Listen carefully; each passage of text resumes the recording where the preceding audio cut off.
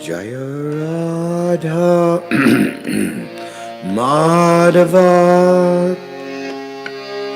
Jaya Kunja Bihari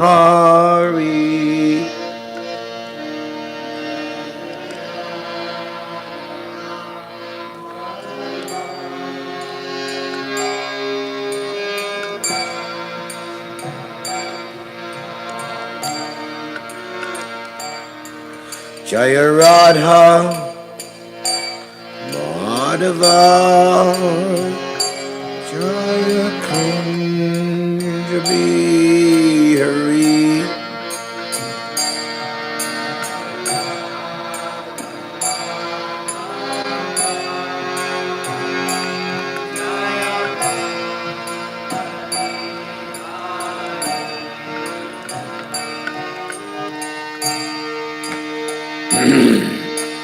Gopi Jana Vallabha Jaya Giri Varadari Jaya Giri Varadari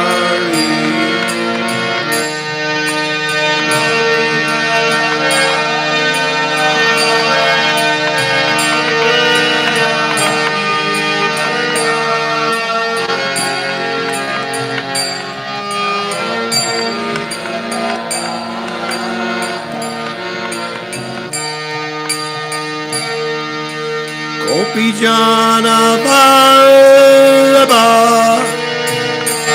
Jaya Giri Varadari Jaya Giri Varadari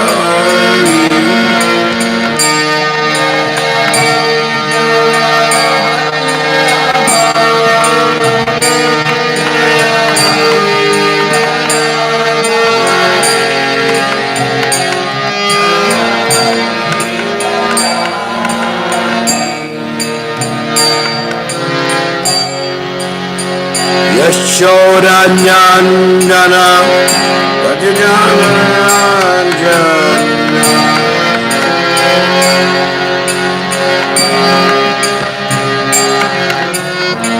Yashoda Nandana Rajajana Ranjana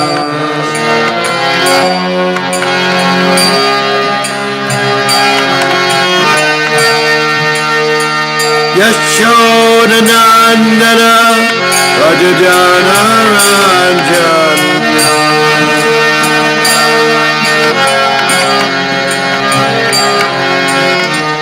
Yashoda Nandana Rajajana Ranjana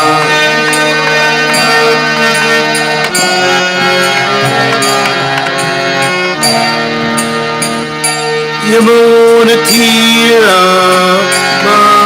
Manachari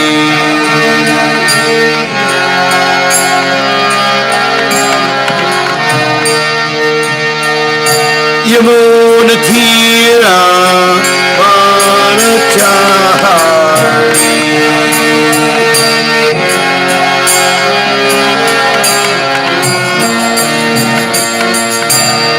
Jaya Radha Madhava Jaya Kunja Bihari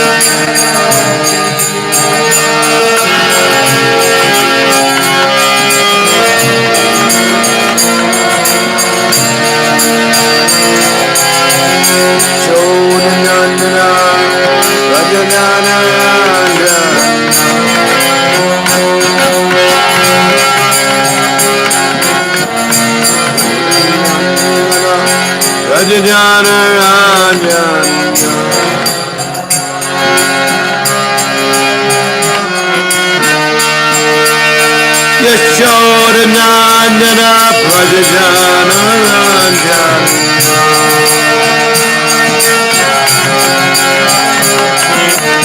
Yashodanandana Bhajajana Ranjana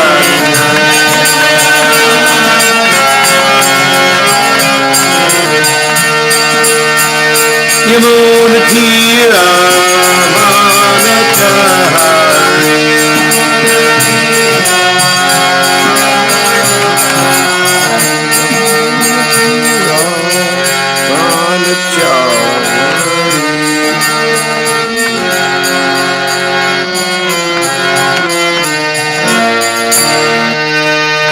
Oh Hare Krishna, Hare Krishna, slower.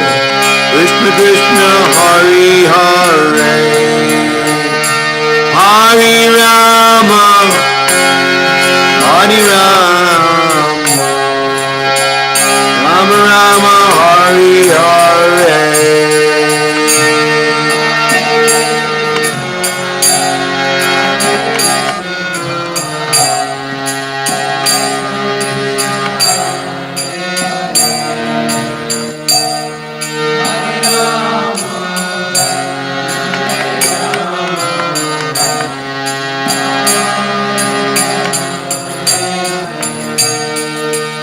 Hare Krishna, Hare Krishna, Krishna Krishna, Hare Hare, Hare Rama, Hare Rama, Rama Rama, Hare Hare.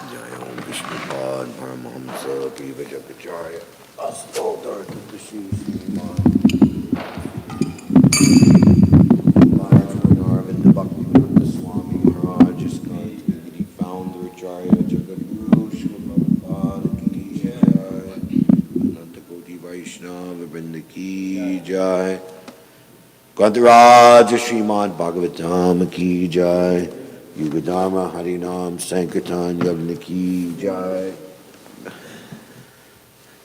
Shishi Radha Govinda ki jai, Nitai Gaur Premanandi. All glories to the assembled devotees. All glories to the assembled devotees. All glories to the assembled devotees.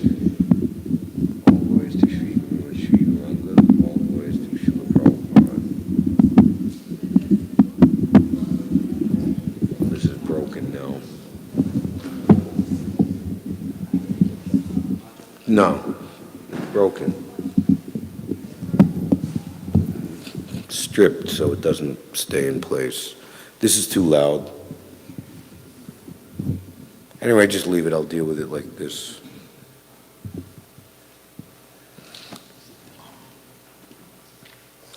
Om Namo Bhagavate Vasudevaya. Om Namo Bhagavate Vasudevaya.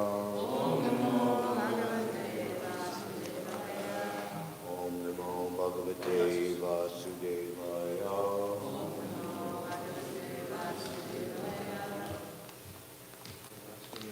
I brought my glasses, they're down here, I don't know where they are.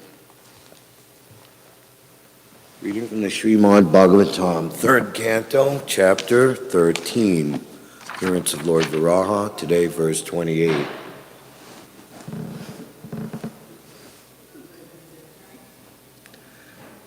Ranena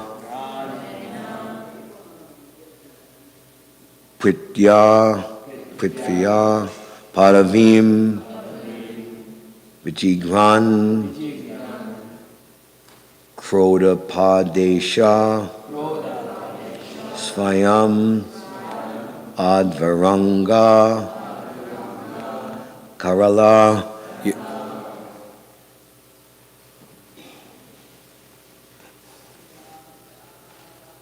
Namstro, P. Akarala,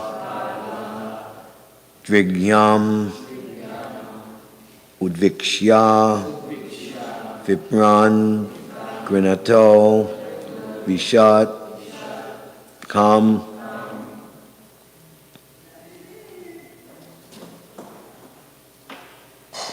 Granena Pritya Padavim Vijigran, Kodapadesha Svayam Advaranga, Karala Damstro Pi Akarala Drigyam, Udvikshya Vipran Grinato Vishat Kam, Granena Pritya Padavim Vijigran, Krudapadesha Svayam Adavaranga, Karala Damstro Pi Akarala Drigbyam, Udvikshya Vipran Grinato Vishat Kam,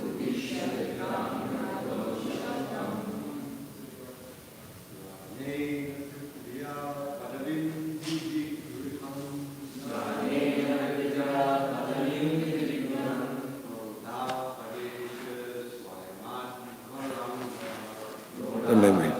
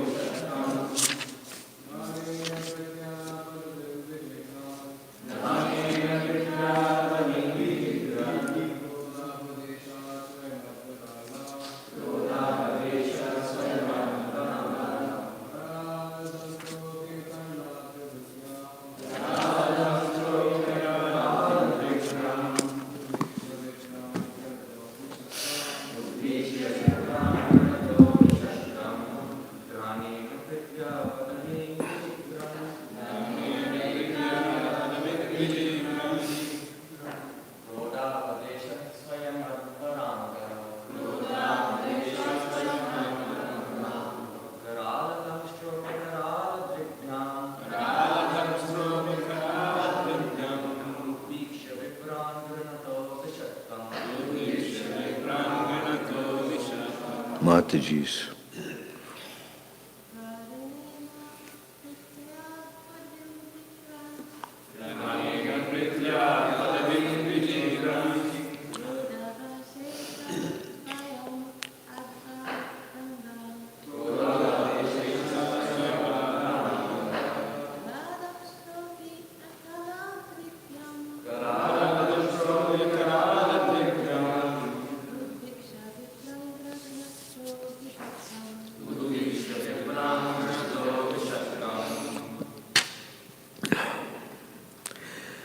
Granena, by smelling. Prithvya, of the earth. Padavim, situation. Vijigran, searching after the earth. Kroda Upadesha, assuming the body of a hog. Svayam, personally. Advara, transcendental. Anga, body. Karala, fearful. Damstra, teeth, tusks. Api, in spite of. Akarala, not fearful. Drigbhyam, by his glance. Udvikshya, glancing over. Vipran, all the Brahmana devotees. Grinata, were engaged in prayers. Avishat, entered. Kam, the water.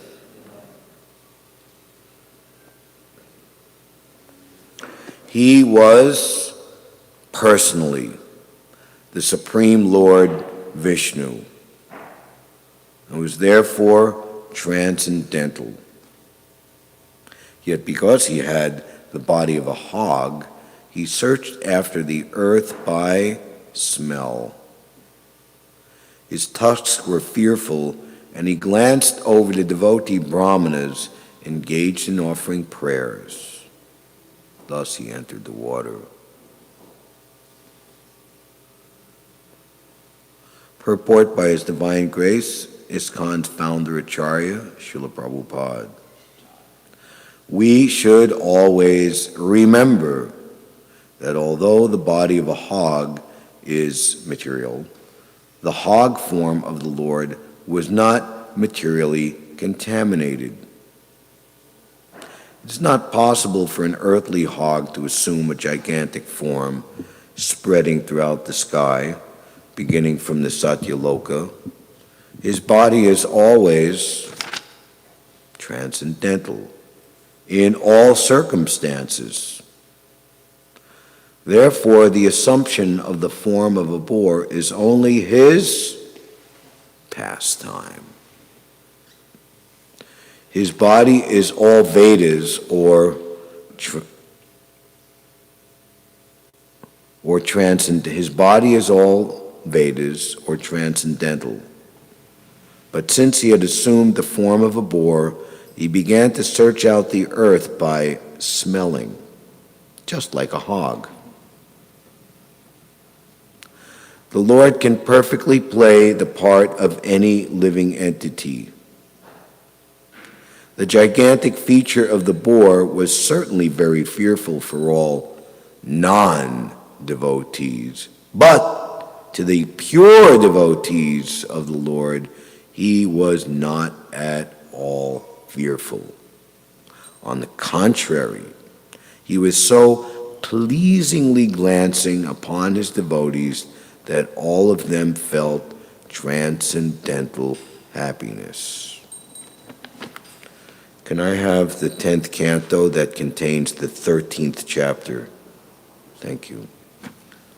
Om Jnana-timirandasya Jananjana Shalakaya Chakshur Unmitam Jena Tasmai Shri Gurave Namaha. Shri Chaitanya Manobishtam Stapitam Jena Bhutale Svayam Rupa Kadamayam Dadati Sva Padantikam Vandeham Shri Guru Shruta Padakamalam Shri Gurun Vaishnavamscha Shri Rupam Sagrajatam Sahagana Raghunatan Vitam Tam Sajivam Sadvaitam Savadutam Parijana Sahitam. Oh, where were they? Underneath your bead there. Great. Shri Krishna Chaitanya Deva Shri Radha Krishna Padan Sahagana Lalita Shri Vishaka Vitamscha. Hey Krishna Karuna Sindhu Dina Bandho Jagatpate Gopisha Gopika Kanta Radha Kanta Namostute Jayatam Surato Pangor Mamamanda Matergati Matsarvasva Padambo Jo Radha Madana Mohano.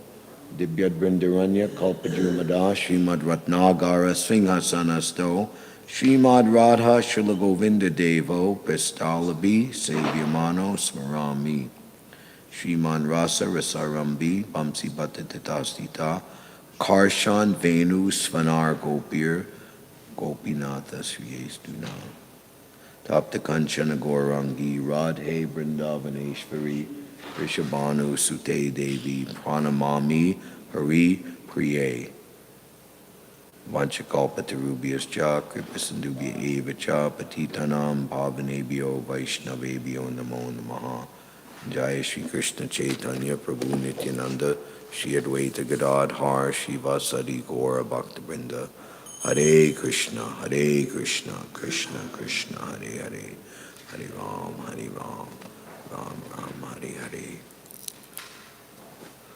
Granena Pritya Padavim Vijigran Kodopadesha Svayam Advaranga Karala Damstropi Akarala Dribyam Udviksha Vipran Grinato Visatkam. He was personally the Supreme Lord Vishnu and was therefore transcendental.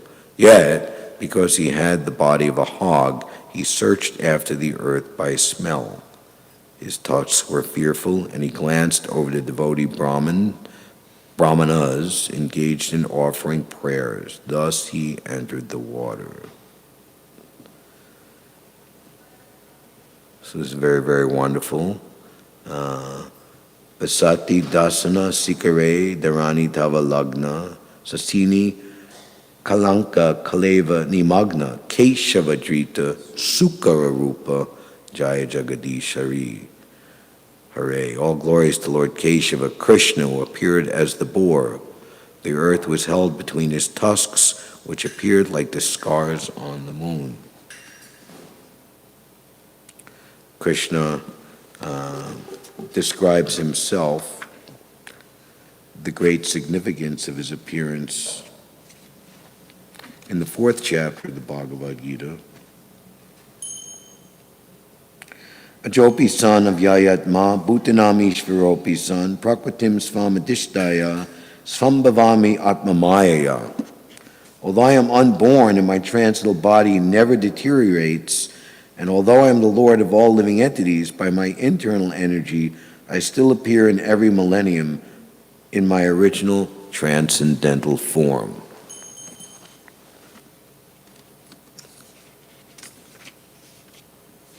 Yada yada yadharmasya glani bhavati bharata abhutanam adansajama abhutanam adharmasya tadatmanam srijami aham. And why does the Lord appear in this material world?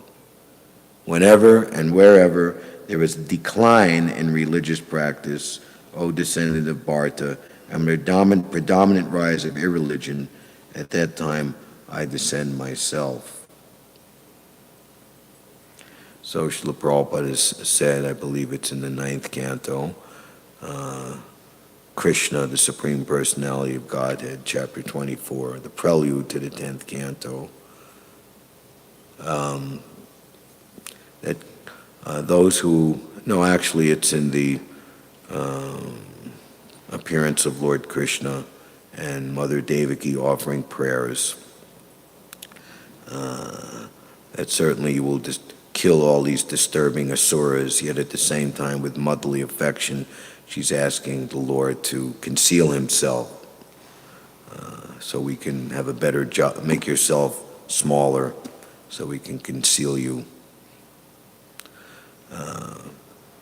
Krishna's movement and incarnation cannot be killed or stopped, yet at the same time we're always afraid that anywhere in this world at any time this movement can be stopped by the asuras. But ultimately, Krishna's appearance in Kali Yuga in the form of his holy name, with many, many pure devotees chanting all over the world, how can the asuras stop? It's just common sense warfare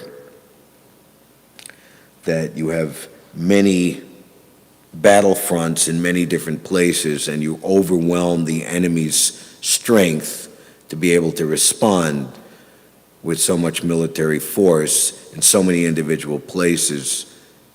Hence, they will be defeated. That is the ingenuity of Krishna's appearance as the holy name. And that shows us how the Lord's greatest opulence, as described by Srila Prabhupada in the 6th canto, is that even though he's completely Svarat and independent, he doesn't need anyone to accomplish his goals and fulfill his desires. Yet at the same time, seemingly paradoxically, he relies on his devotees to accomplish some task.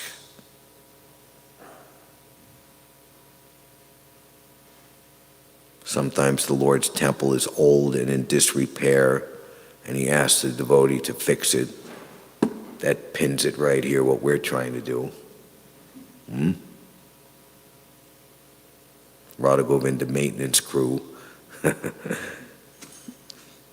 Sometimes the Lord is lost in the jungle, and he asks his devotee to rescue him, Madhavendra Puri. Similar situation here also, that Radha Govinda's temple fell into neglect and perhaps ill repute. So he asks his pure devotees, his well-motivated devotees, to come and change that reputation or history to something much glorious and better. And sometimes the Lord asks his pure devotee to spread his name and fame all over the world. That's Krishna directed Prabhupada's hand to write that. Krishna has written these books, but that is Srila Prabhupada was asked. And Prabhupada revealed, Krishna told me in the spiritual world, you simply come down and write these books, and I will take care of everything. And Prabhupada's mission was, of course, everything to establish this movement, but it was centered around his giving us his books. By that statement, he revealed from Krishna that Krishna said, I want you to go start a movement, I want you to open up all these temples, I want to initiate. Krishna didn't say that, he just said, I want you to come down and write these books.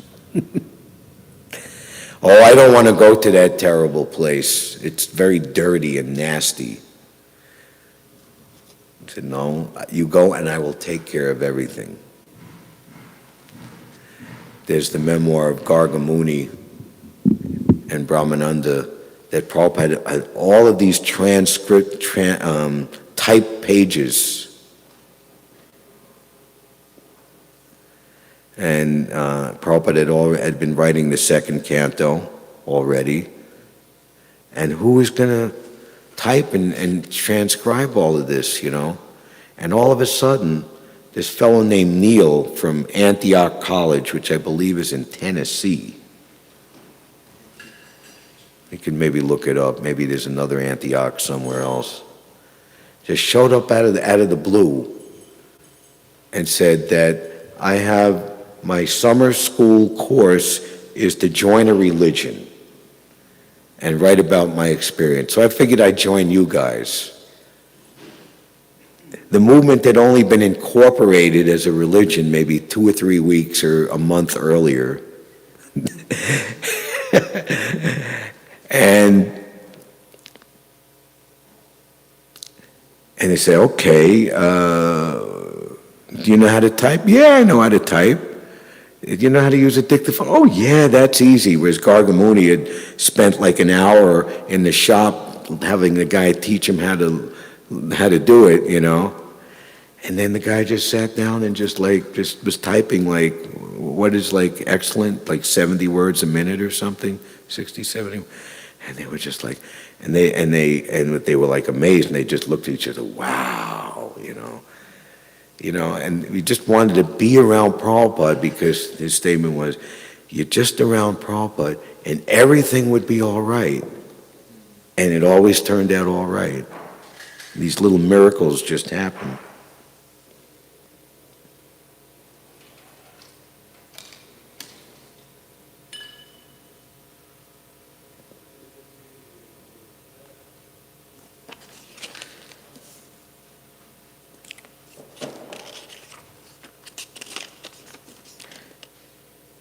Paritranaya sadhunam vinashaya traduskritam dharma samstapanataya sambhavami yuge yuge. To deliver the pious and to annihilate the miscreants, as well as to establish the principles of religion, I appear myself millennium after millennium. And Krishna's conclusion and benediction, very, very nice. The Lord and his devotees, when they're giving instruction, there's always a blessing for us in the material world, we're so much attached to doing things based on how things function in the material energy that we need our faith to be increased as we practice our devotional service to understand the utter miraculousness of the spiritual energy and devotional service. Just like we're chanting Guru Astakam, all 8 verses, but who knows that actually the Guru Astakam compared by Vishwanath Chakravarti Thakur has 9 verses. Who knows that? Raise their hand. So what is that 9th verse? It is the Falshruti, the benedictory verse. One who chants these verses glorifying the spiritual master during the Brahma Muhurta hour of the day will achieve direct service to Krishna, the Lord of Vrindavan, at the time of the demise of his body. Who wants to go to Mangal Artik more every day after hearing that? Who wants direct service to Krishna, the Lord of Vrindavan, just at the time of the demise of his body? So, one who knows the transcendental nature of my appearance and activities does not, upon leaving the body, take his birth again in this material world. Okay, I don't take so where do I go? Do I go to the Brahma? No, Brahmajo, but attains my eternal abode, O Arjuna. The Lord's descent from his transcendental abode is already explained in the 6th verse, which we have read. Although I am unborn and my transcendental body never deteriorates, and although I am the Lord of all living entities, by my internal energy, I still appear in every millennium in my original transcendental form. One who can understand the truth of the appearance of the personality of Godhead is already liberated from material bondage. Hansadutta Madhudvisa wanted to go take bath in the big Kumbh Mela in 1971, and they asked Prabhupada, one who takes bath at these times, he's liberated. Is that true? Yes. But we've not come here for liberation. We're already liberated. We've come here to preach pure devotional service. And one is immediately returning to Godhead after quitting the present material body. For everyone else, such liberation is not at all easy. The impersonalists and the yogis attain liberation only after much trouble and many, many births.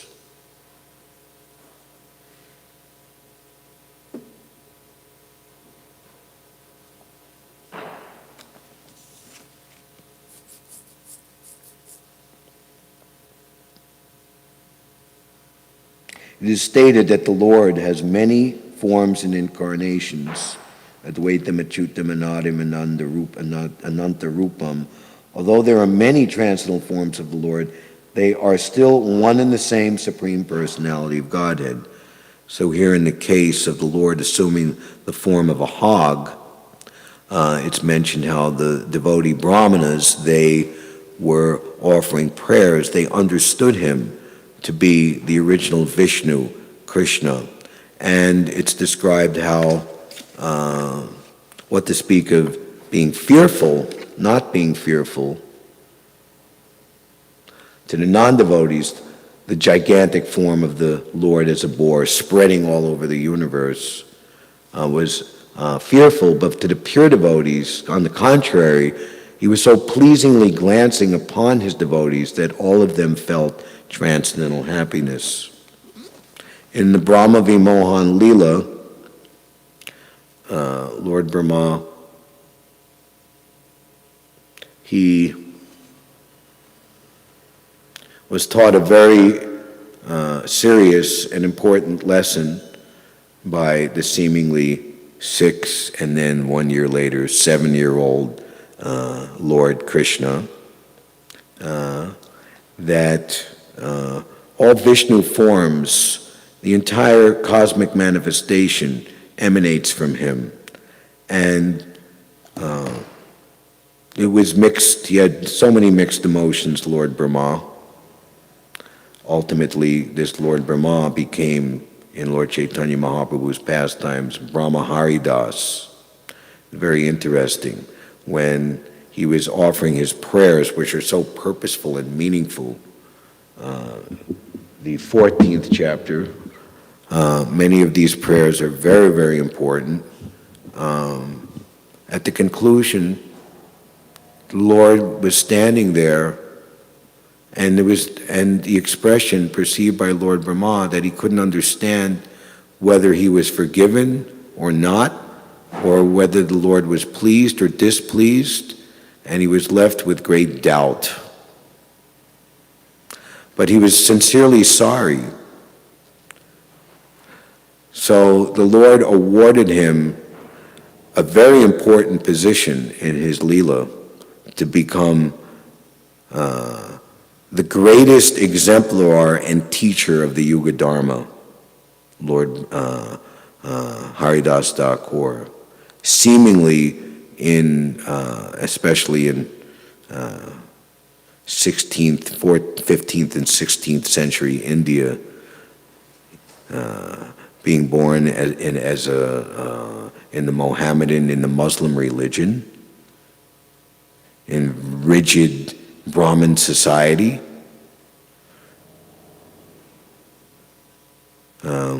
Class in New Vrindavan was from the Chaitanya Charitamrita that Sanatana Goswami, Rupa Goswami, and Haridas Thakur would not enter the temple. They weren't allowed to enter the temple of Lord Jagannath because they were considered to be outcasts by birth and by association. Yet Lord Jagannath himself, as Chaitanya Mahaprabhu, would visit them personally every day.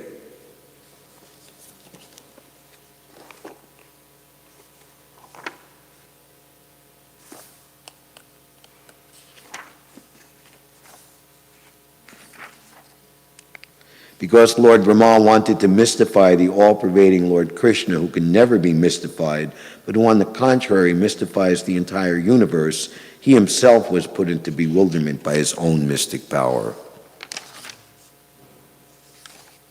Krishna is described as the greatest of cheaters, of gamblers, I am the cheat. So if we have any cheating mentality, even within the attempt to render service to Srila Prabhupada's movement,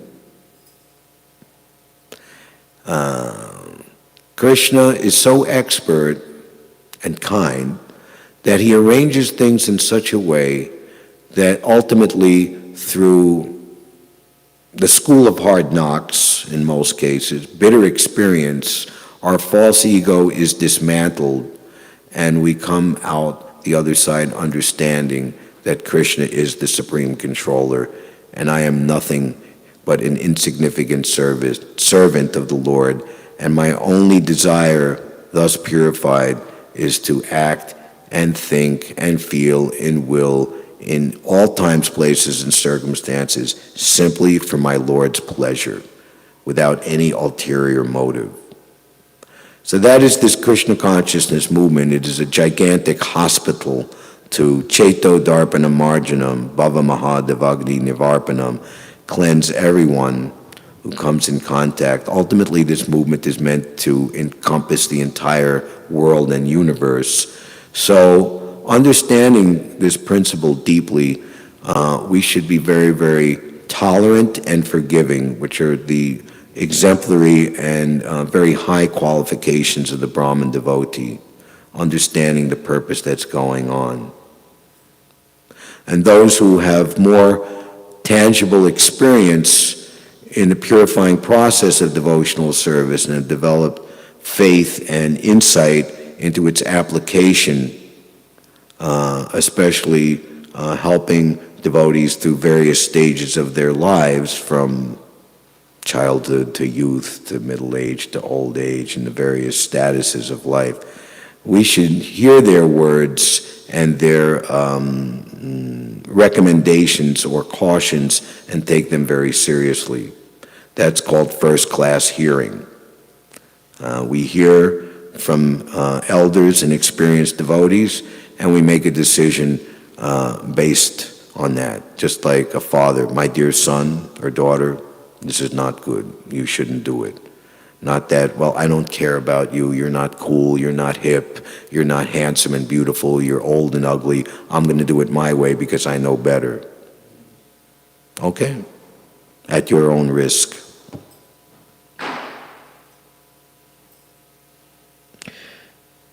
The result was that Brahma himself was mystified. Just as one wants to kill another, may himself be killed.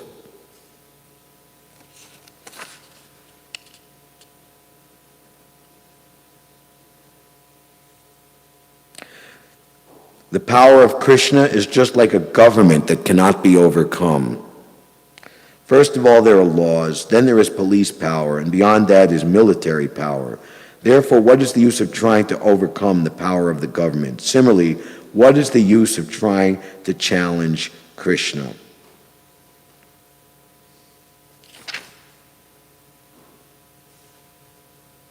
As the darkness of snow on a dark night and the light of a glowworm in the light of day have no value, the mystic power of an inferior person who tries to use it against a person of greater power is unable to accomplish anything. Instead, the power of that inferior person is diminished. Then, while Lord Brahma looked on, all the calves and the boys tending them immediately appeared to have complexions the color of bluish rain clouds and to be dressed in yellow silken garments.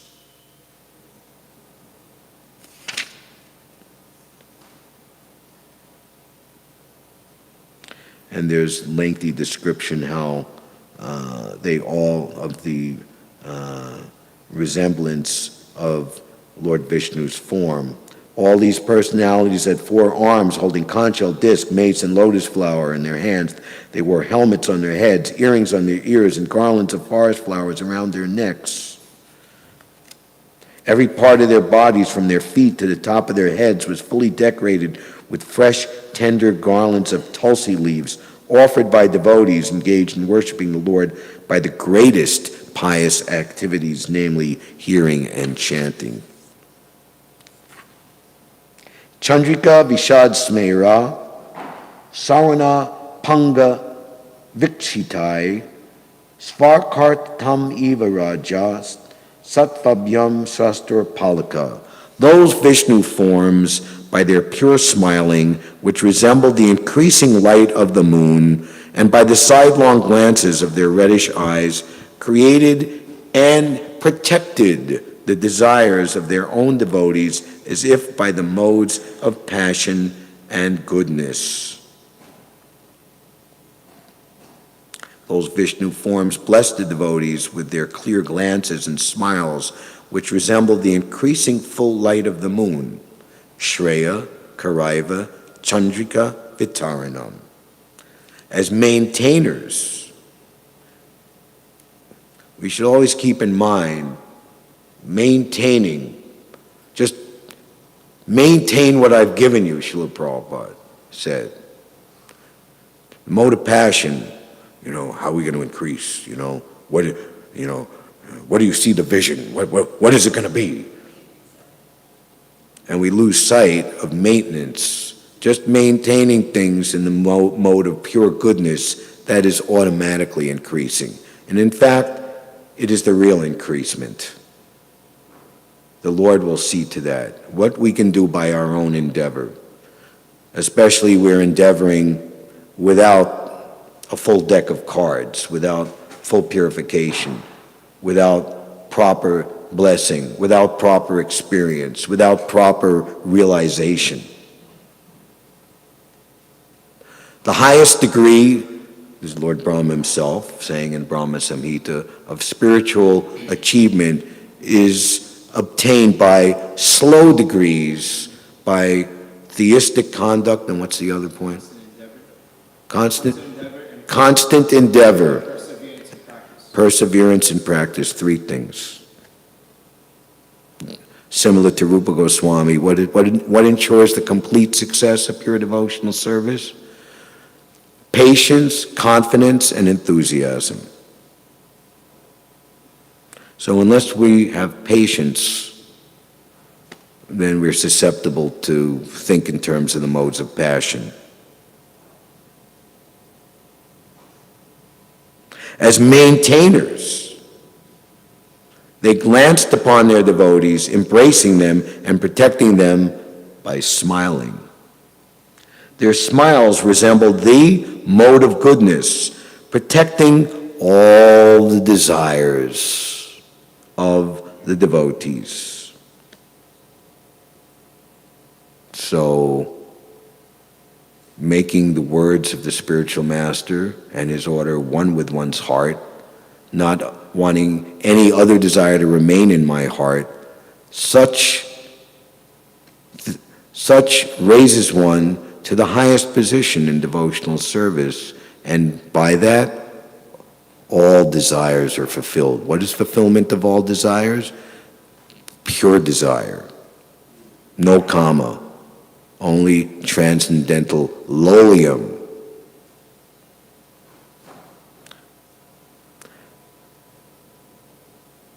The glancing of their eyes resembled the mode of passion.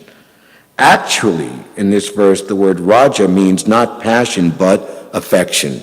In the material world, rajagun is passion. But in the spiritual world, it is affection.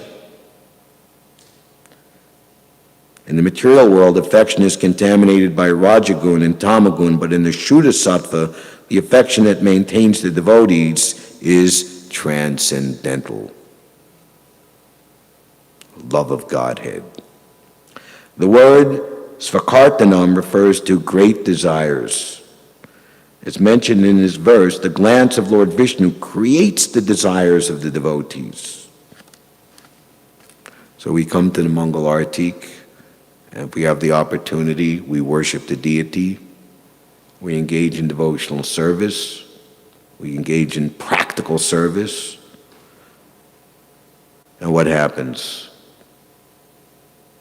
Brahm Drishtvani Vartante, by experiencing a higher taste, automatically lusty desires are diminished and removed.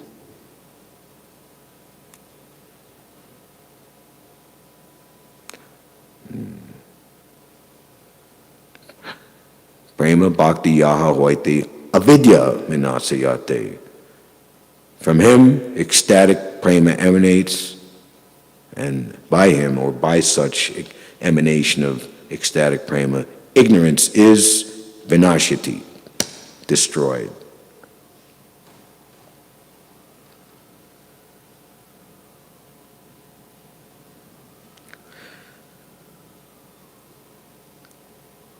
A pure devotee has no material desires. Therefore, Sanatana Goswami comments that because the desires of devotees whose attention is fixed on Krishna have already been fulfilled, the Lord's sidelong glances create variegated desires in relation to Krishna and devotional service.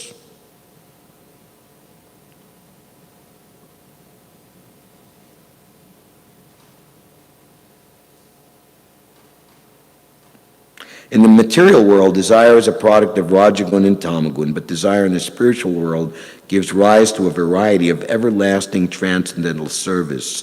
Thus, the word svakartanam refers to eagerness to serve Krishna. Why are you sending me away from this 3764 Watsika Avenue. I have this wonderful temple and I want to develop it in 1970. You go to India. My spiritual master gave India to my godbrothers, but he gave the Western world to me. Prabhupada said in one place that my godbrothers are just like daughters in the father's house, because the daughters don't go out. They stay under the protection of the father. Whereas the good sons, they go out and dig Vijay and conquer and bring back booty, for the, to the father's kingdom. But Prabhupada understanding, and he revealed this is my personal desire. I was ordered by my spiritual master to preach in the West, and ultimately he did that. And now my desire is to save India, which is going on in a very extraordinary way.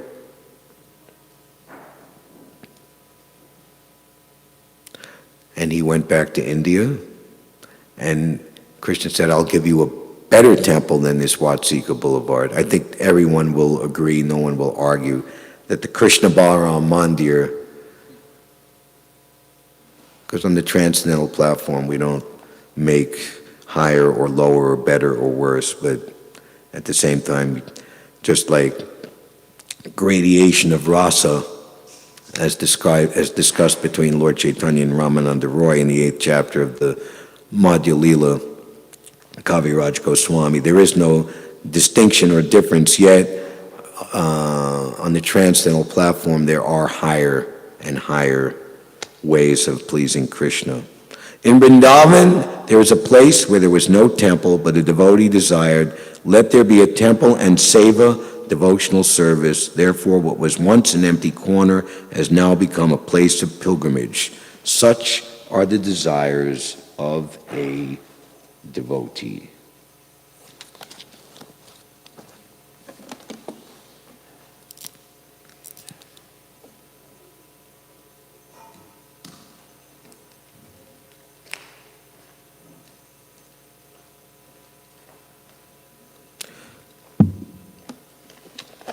We were reading Manifestation of Garbhodakshay Vishnu, a beautiful painting on the back of the book, and Prabhupada writes in that section where all of the variegated beauty and much comparison to natural phenomena, like people want to go, to the mountains and see all these beautiful and, everything that's a wonderful manifestation. Go visit places. So the description of the variegatedness of the beauty of Krishna, Prabhupada writes, is so important in the progressive advancement of devotional service. And finally, in regard to the Lord taking the form of a hog, which is perhaps like what we consider the lowest or most undesirable thing to become, Mahatma Vidura, he's Yamaraj, but he seemingly by a curse to become a Sudra becomes Vidura. Yet Prabhupada said he worked very, very hard as a pure devotee to rescue the very materialistic Dhritarashtra. And Prabhupada then says, the Lord and his devotees sometimes have to accept the role of a very low creature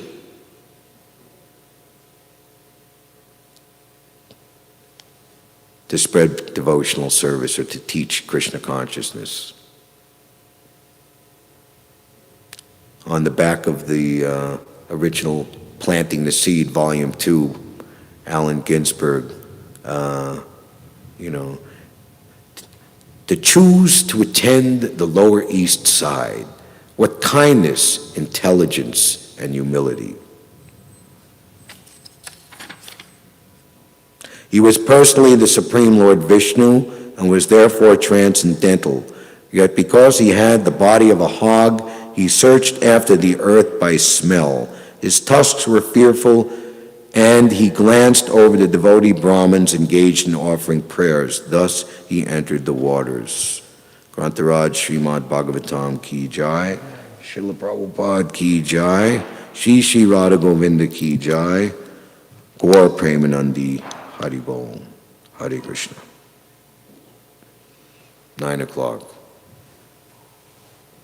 And would anyone like to ask a question, or should we just stop?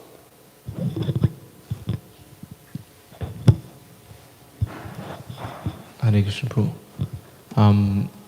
So this is something I think about sometimes, where in Prabhupada's time, Prabhupada was the guru, Prabhupada was the acharya. So it's very easy to just, if you have a problem, you go to Srila Prabhupada. If you,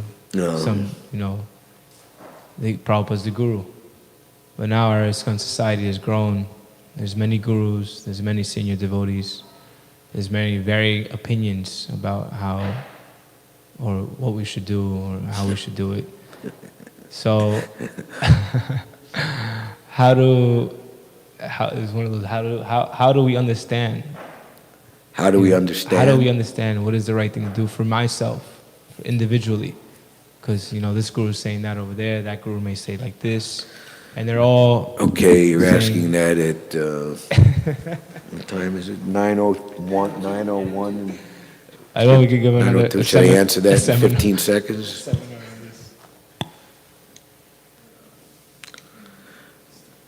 Well, before you accept the spiritual master, because the spiritual master in the second canto, if one wants the actual message, one must approach the current link. One should not consider oneself so advanced to get direct instruction from Krishna like Lord Brahma. So the point is that like we glorify the spiritual master, Bhutale, he is very dear to Lord Krishna on this earth. He's here now. So the spiritual master has a very, very weighty responsibility. That's one thing. We should... the spiritual master examines the disciple examines the spiritual master. So we should, from our side, and Krishna will help us to the degree that we're sincere, even as a uninitiated or quote-unquote, I won't use the word neophyte, how about this word, novice? We should examine and try to understand the fidelity, that's a nice word, of how one who is taking the charge and responsibility to be an initiating spiritual master is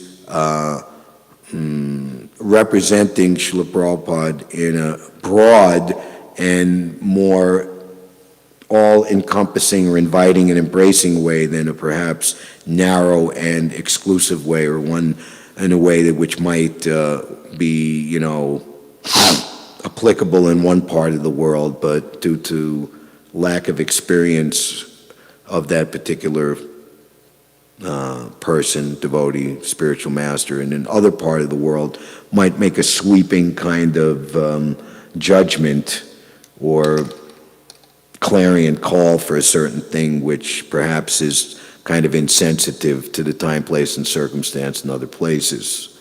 That's one thing that comes to mind. So,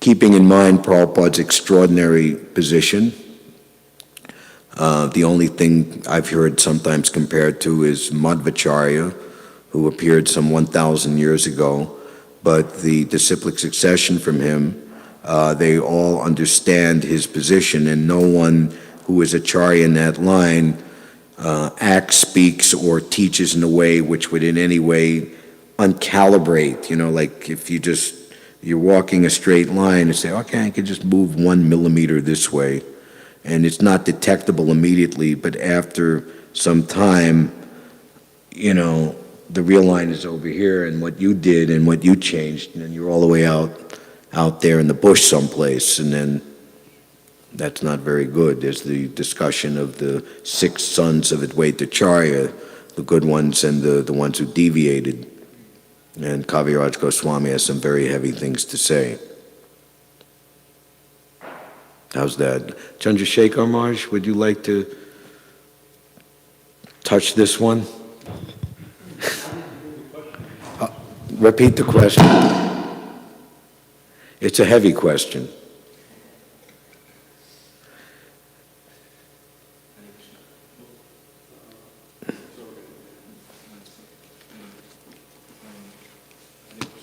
Hare Krishna. So my question was, Maharaj, that in the early days of ISKCON, Srila Prabhupada was the guru, he was the acharya, so therefore whatever questions, whatever problems need to be resolved, you can just go to Srila Prabhupada. Whereas nowadays we have a very variegated society where there's many different gurus, many different leaders who may have varying opinions of how things should be done or carried out or executed. So how to understand what is the right thing for myself to do.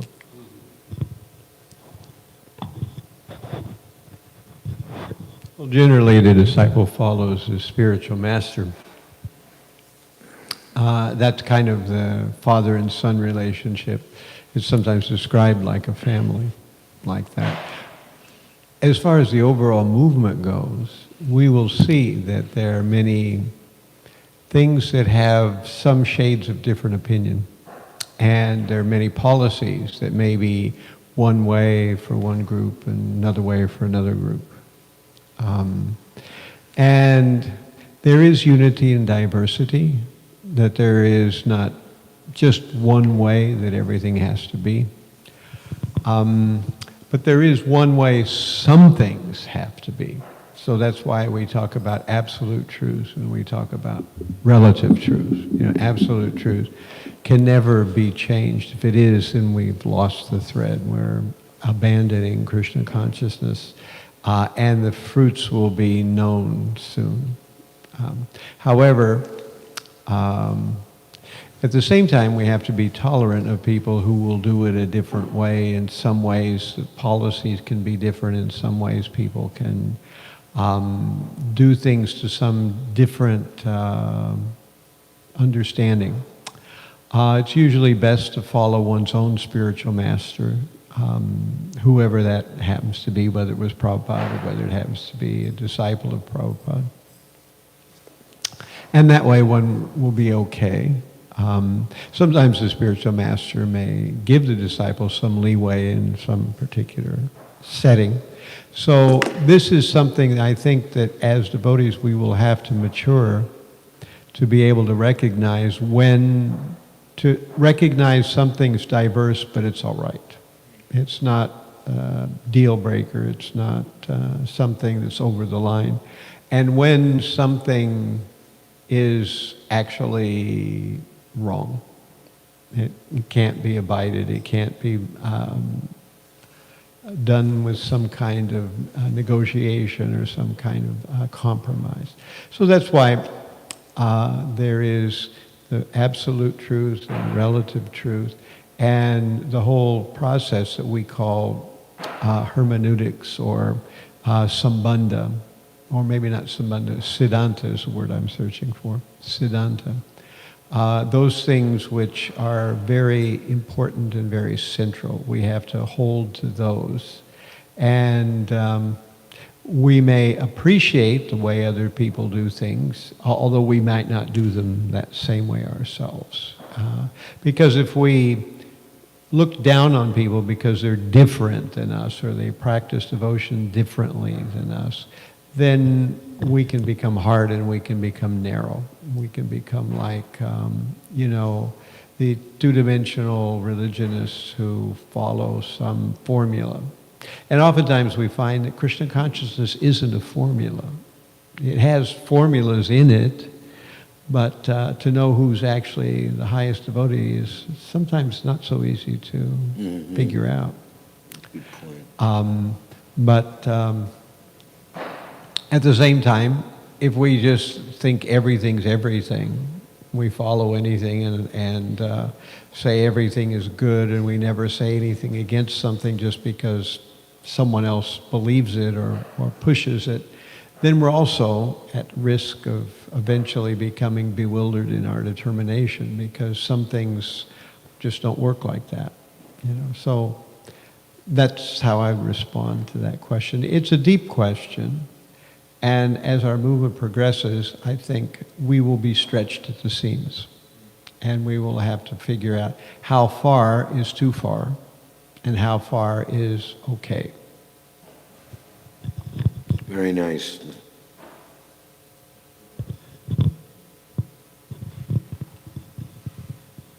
So we should all spend a lot of quality time with Srila Prabhupada, reading his books and hearing his lectures. And I heard one senior devotee just say that actually the room conversations and morning walks are like the ripened fruit of all the Prabhupada, because there he is as a person, and he's just, his full realizations and everything according to time, place, and circumstance, or as he's thinking. He's not